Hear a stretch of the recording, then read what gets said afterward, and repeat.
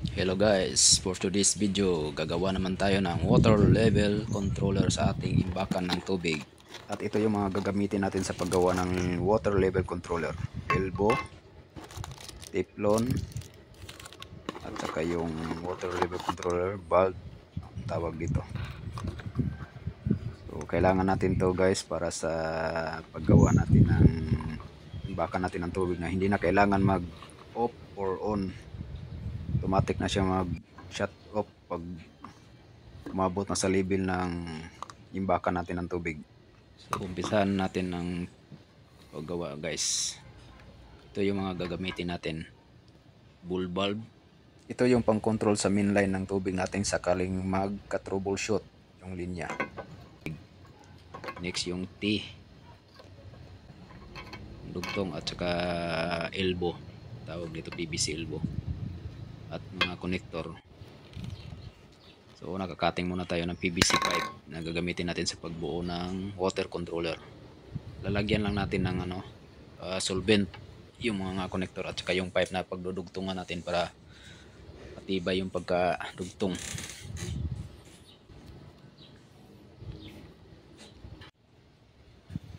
Next, yung PVC elbow naman yung ilalagay natin.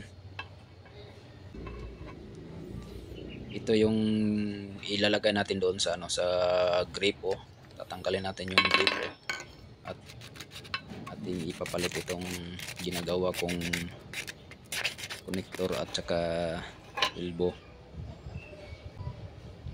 Yan, lalagyan ko na muna ng solvent para pagdugtungin yung dalawa.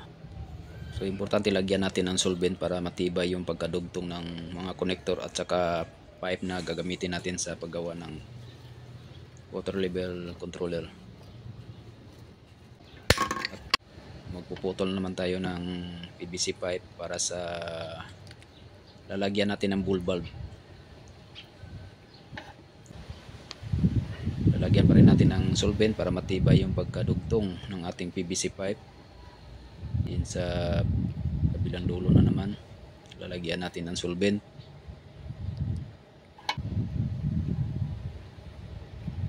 Madali lang muna mag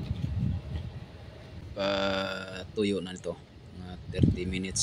Okay na yun. So, ngayon lalagyan ko ng marking para sa alignment ng bull bulb at saka yung elbow at saka yung angle din ng gagamitin natin na controller. Kailangan align yung yung PVC connector at saka yung bull bulb. Next natin ilalagay is yung T connector.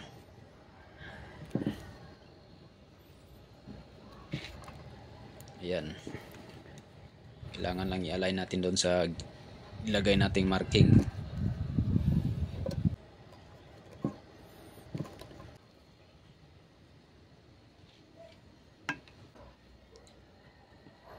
Next naman natin gagawin is maglalagay tayo ng PVC pipe banda sa gitna ng T connector. Ito yung connection na paglalagyan ng water level controller pababa. So next na naman natin ilagay is yung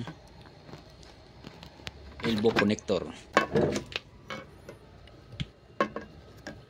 Then isusunod din natin yung pipe para sa level connector ng tubig. Ayan. So medyo pantay na. Kailangan natin i-align talaga yung pagkalagay ng mga connector at saka pipe. At saka next na i-download natin is yung para sa valve or yung sa water level connector na gagamitin natin.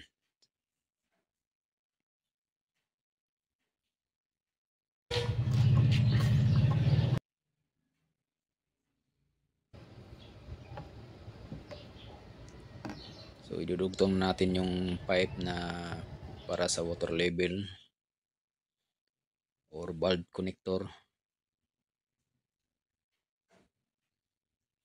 Lagyan natin lahat ng mga connector, lagyan natin ng solvent para matibay yung pagkagawa.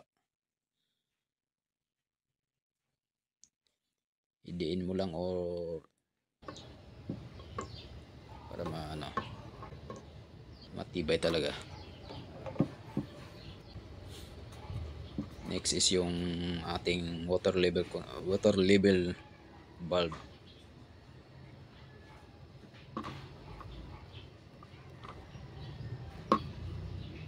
At ito yung ball connector natin. In case lang na magto-trouble yung water level controller natin, pwede natin dito i-off yung main line ng water.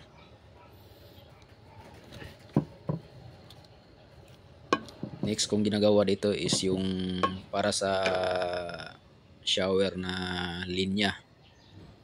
So nilalagyan ko muna ng parang takip kasi wala pa akong shower na nabili. So condemn ko muna yung yung dulo ng PVC pipe para sa connection ng shower.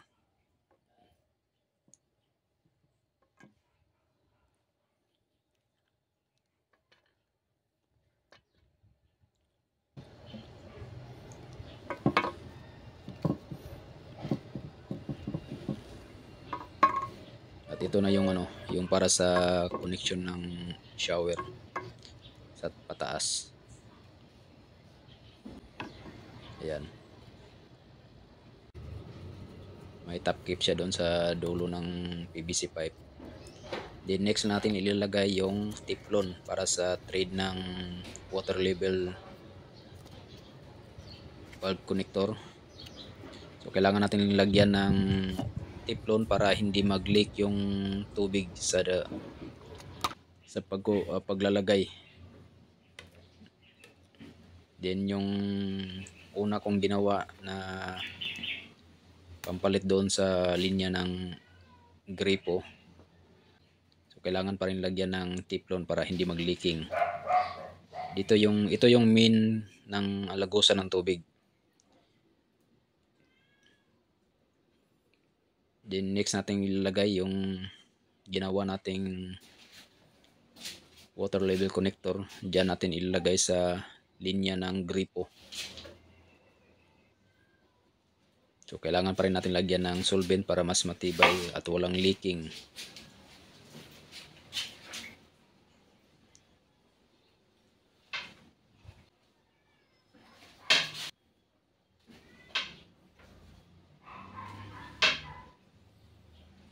So ilalagay na natin ang level valve controller para sa ating drum. So ikot lang natin yung thread niya para higpitan yung pagkalagay.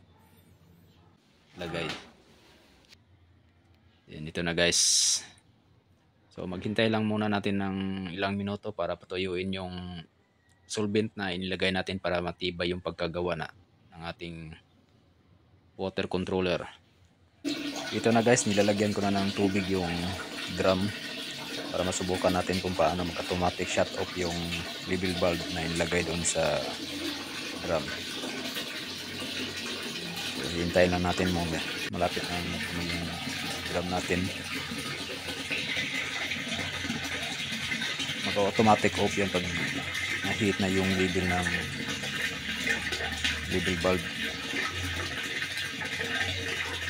Na pala yung nilagay ko na full valve dun sa PVC pipe. Yan yung magkukontrol sa main water na line. Yan. In kaso may troubleshoot dito sa level valve o masira, may on off tayo na gagawin dyan sa full valve. Madali lang mag-troubleshoot pag mayroon tayong full valve na nakalagay doon. So ito guys, susubukan natin lagyan yung kabo ng tubig. Ayun, automatic siya mag-off pag na-hit yung level. So baba natin yung sabo, yan, automatic naman siya mag-gas.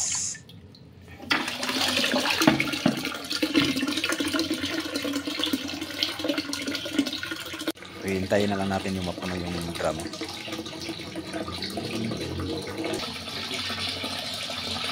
Yan, lapit na. Kunti na lang. Hihit na yung level ng valve.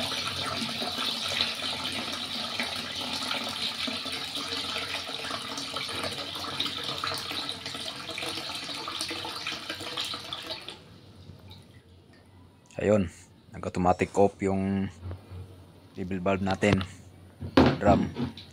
So, hihinto yung agos ng tubig. Pag kukunan na, bawasan natin yung tubig sa drum, automatic siya. Agos yung tubig. Pag na-hit naman yung level, automatic off naman yung level valve natin o yung controller. Ayun, automatic off yung controller natin.